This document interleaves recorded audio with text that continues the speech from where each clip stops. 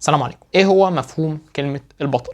ايه هو تعريف البطل؟ طبعا بيختلف تعريف البطل من شخص لاخر. يعني البطل بالنسبة لمجموعة من الناس ممكن برضو يكون هو الفيلن او الشرير بالنسبة لمجموعة من الناس تانية. البطل بشكل بسيط وهو الشخص اللي بيحاول ان هو يغير في شيء ضد ظروف ممكن تكون اقوى منه عشان يحاول يعمل شيء ممكن يكون بالنسبة له ومن وجهة نظره هو ده الاحسن. شخص قرر ان هو هيتحدى الظروف اللي هو فيها عشان يغير شيء، هيتحدى كل الحاجات دي، هيخرج بحاجه غير مألوفه يقدر بيها ان هو يغير ولو حاجه بسيطه. ودايما في عالم الافلام، في عالم السينما، في عالم المسلسلات، في عالم الانمي، مفهوم البطل ده معروف بشكل كبير جدا. عشان تعمل بطل والبطل ده يكون شخصيه محبوبه وناجحه، حتى مش شرط ان هو يكون كلنا متفقين ان هو بطل، ولكن هو من المنظور اللي احنا بنتفرج عليه هو البطل، فانت ببساطه محتاج تعمل حاجات كتيره جدا عشان تعمل بطل ناجح. وطبعا سواء كان هذا البطل عنده قوة خارقة أو مجرد إنسان طبيعي اتعرض لظروف غير طبيعية خلته واضطرته إن هو يكون بطل، الموضوع برضو ليه معادلة وليه حسبة بسيطة جدا تقدر تعملها عشان تقدر تخلي المنظور اللي أنت بتحاول تخلي المشاهد يتفرج منه هو منظور ناجح. فمثلا لو جينا اتكلمنا عن الأبطال الخارقين، لو جينا مثلا اديت مثال بسوبرمان وباتمان، لو أنا جيت قلت للناس مين أكتر شخص من الاتنين دول أنتوا بتحبوهم، هتلاقي النسبة كبيرة جدا رايحة على باتمان. وده ليه؟ والسبب لأن باتمان ممكن يكون قريب من الناس، مش باي حاجه تانية، ولكن ان باتمان ما عندوش اي قوه خارقه باستثناء الفلوس يعني. وحاجه تانية وهي الاهم بالنسبه لي، وهي ان باتمان لو احنا جينا بصينا على التعريف في باتمان، هو مش بطل، هو محارب للجريمه. يعني باتمان هتلاقي فيه الصفات السيئه منه وهتلاقي فيه برضو الصفات الجيده، واللي مش كتير. باتمان ممكن يعمل اي حاجه عشان يخلص العالم من الجريمه، لكن هو عنده كود واحد زي ما احنا عارفين، وهو ان انا ما بقتل. اما لو جيت بصيت للجانب المثالي اللي بيحاولوا ان هم يعملوه وهو سوبرمان، فهتبص ان سوبرمان هو الجانب المثالي من كل حاجه. شخص قوي نبيل يساعد الناس، ما عندوش اي مشكله ان هو يضحي بنفسه في سبيل انقاذ العالم او في سبيل انقاذ قطه من على الشجره. صوره مثاليه حبوا الناس او حبت البروباجندا الامريكيه انها تعملها للناس عشان تشوف البطل ده ان هو ده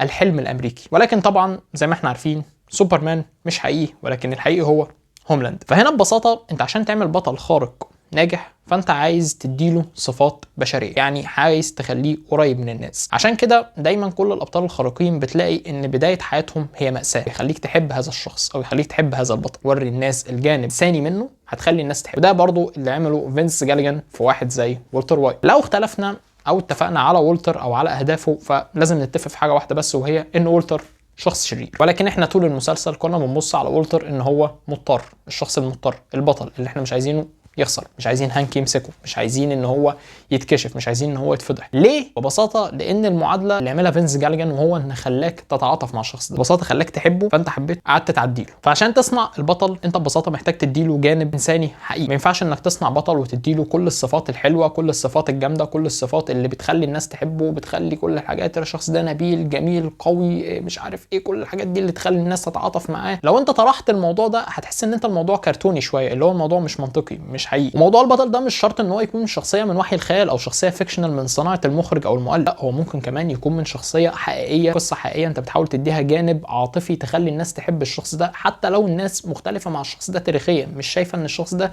بالشكل اللي انت موريهوله. ولكن عشان انت تعمل فيلم تشد الناس، فانت لازم تحبب الناس في البطل، لازم تخلي الناس على الاقل تتفهم فكره عشان تبدا تعديله الافكار اللي هو بينفذها. وهتلاقي برضو شخصيات ممكن تكون الناس بتحبهم ولكن الشخصيات دي شخصيات سيئه، زي ما قلت والتر وايت او زي راجنر لوسبروك، الشخصيات اللي ممكن تختلف عليها كتير جدا اخلاقيا ولكن الناس بتحبهم. ليه؟ لانك وريت الناس الجانب الانساني من الشخصيات دي، او اعطيت للشخصيات دي بعد خلتها قريبه من الناس اللي بتتفرج. عشان كده الناس حبت الشخصيات دي لو اتفقنا او اختلفنا على ميزانهم الاخلاقي. وزي يا صديقي ما في شخصيات خياليه طال، زي ما قلت لك قبل كده، ان انت لما بيجي مفهوم البطل في دماغك فانت اول حاجه ممكن تفتكرها هي شخصيات السوبر هيروز اللي موجوده في العالم كله، او الشخصيات اللي اتقدمت في الافلام والمسلسلات اللي احنا شفناها. في واقعنا اللي احنا بنعيش فيه ده ابطال بتدافع عن ارضها، ابطال واقفه لحد اخر لحظه واخر قطره دم بتدافع عن ارضها، ابطال مش عايزه اي حاجه غيره انها تشوف ناسها او اهلها عايشين بحريه، بيدافعوا عن الحريه بدمائهم،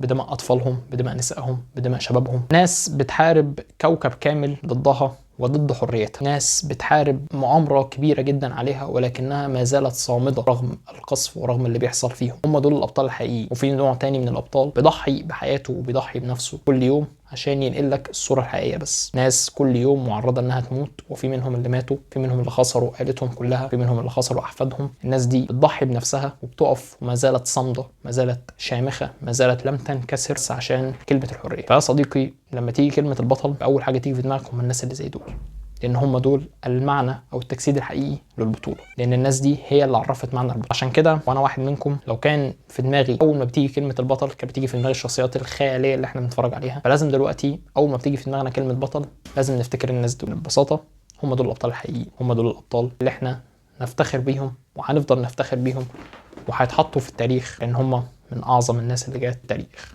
ربنا ينصر اخواتنا، ربنا ينصر اهلنا. زي ما قلت في بدايه الفيديو، متنساش تدعي لهم، متنساش تتكلم عنهم، لا تتوقف، لا تعتد المشهد. وبس كده، نشوفكم ان شاء الله في فيديو جديد، والسلام عليكم. عماله تفركي مش مخليني عارف اتصور وانا